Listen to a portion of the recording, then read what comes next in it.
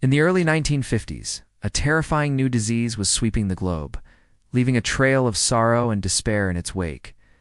It was a disease that struck without warning, often targeting the youngest members of society and could leave them paralyzed for life or even take their lives within days.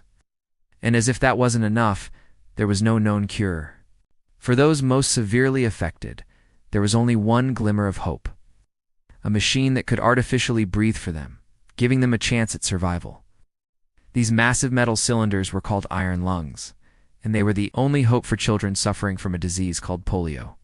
The disease was so widespread that hospitals across the world were filled with rows upon rows of these machines, each one keeping a child alive. To understand how these machines worked and why they were so vital, it helps to know a bit more about the disease they were up against.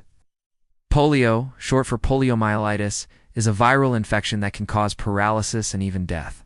The virus attacks the nerves and muscles, and in severe cases, it can paralyze the chest muscles, making it impossible for the patient to breathe. This is where the iron lung came in.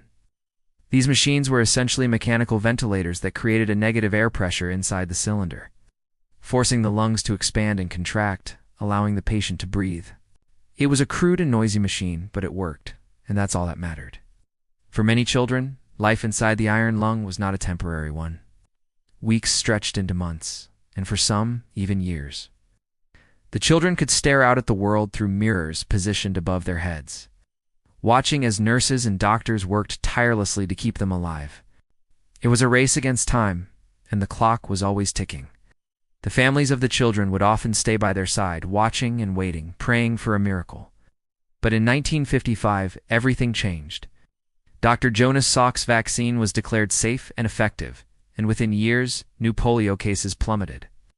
The iron lung, once a symbol of despair, became a relic of a near-forgotten epidemic. Today, there are only a handful of these machines left. They serve as a reminder of a time when a simple vaccine could save a life.